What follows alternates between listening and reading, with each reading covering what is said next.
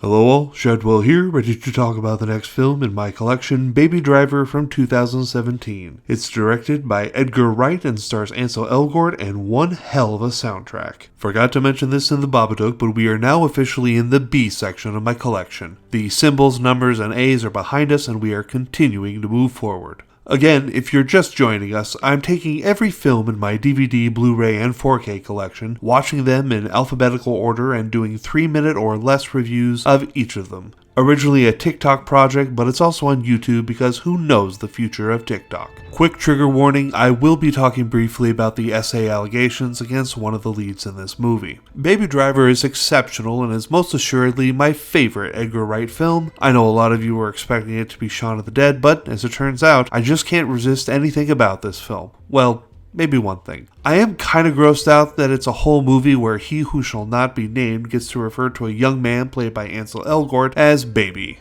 That's pretty icky. Although to be fair, we didn't know that prick was an alleged fan of sexual assault until after this movie came out. I have to say alleged because he hasn't been found guilty of any of the multiple counts of sexual assault yet as of this writing. On to better things. I love this film and especially how its gunplay is all scored by the songs that accompany those particular scenes. I didn't notice that the first time I watched it and it was super cool to discover. It's also got some amazing driving sequences that really get the blood pumping, but that soundtrack is the star of the whole damn thing. We've got fast songs, we've got slow songs, we've got unconventional songs, and we've got songs that pair with the scenes they play during perfectly, sometimes by theme, but sometimes by beat. So it shouldn't surprise anyone that I put this soundtrack up there with any of the Quentin Tarantino soundtracks as far as quality. Almost the moment I was done with the film the first time, I was downloading the soundtrack. I was very happy that all the songs from the movie were there, as some movies don't prioritize all their songs being on the soundtrack. And the last 40 minutes of this film,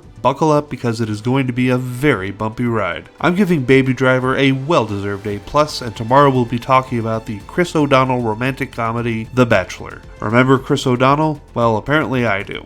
See y'all then.